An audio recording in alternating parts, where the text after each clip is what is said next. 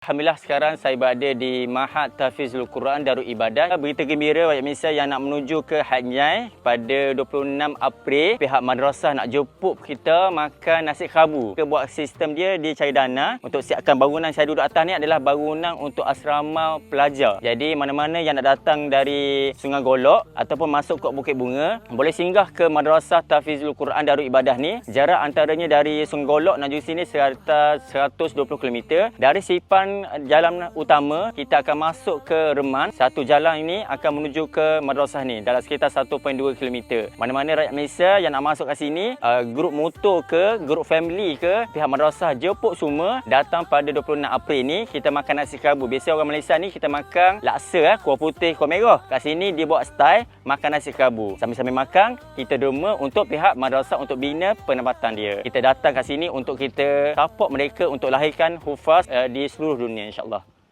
Qul inna rabbi yabsutur rizqa liman yasha'u min ibadihi wa yaqdiru lahu wa ma anfaqtum min syai' wa ma anfaqtum min syai'in fahuwa khairul lah wa ma anfaqtum min syai'in fahuwa yukhlifuh wa huwa khairur raziqin. Alhamdulillah, jadi saya Ustaz Jeffrey bin Soleh selaku mudir di Madrasah Tahfizul Quran Darul Ibadah Bukit Siring, Saiburi, wilayah Fatoni. Nak maklum, nak bagi tahu kepada muslimin muslimat ke ibu bapa kalian. Jadi madrasah kami ni sudah bina kan lebih kurang 7 tahun dah. Jadi sekarang ni tu pelajar-pelajar kami pun sudah belajar lebih kurang 150 orang.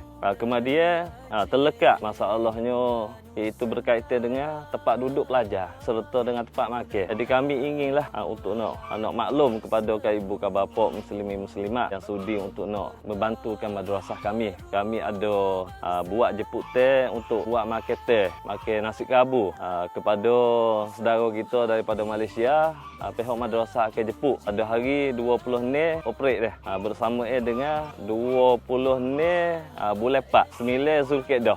Pihak ke ibu ke bapa datang pada Malaysia yang masuk pada Thailand ni, saya jemput untuk mari makan teh supaya bersama-sama kita kau menyokong dan pula derma supaya tempat pelajar ni boleh binakan dengan cara sempurna. Sebab itulah kami ucap terima kasihlah kepada sokong menyokong sebelum daripada ni yang bina dah. Mudah-mudahan Allah Taala balas kebaikan dunia dan akhirat. Amin, insya-Allah.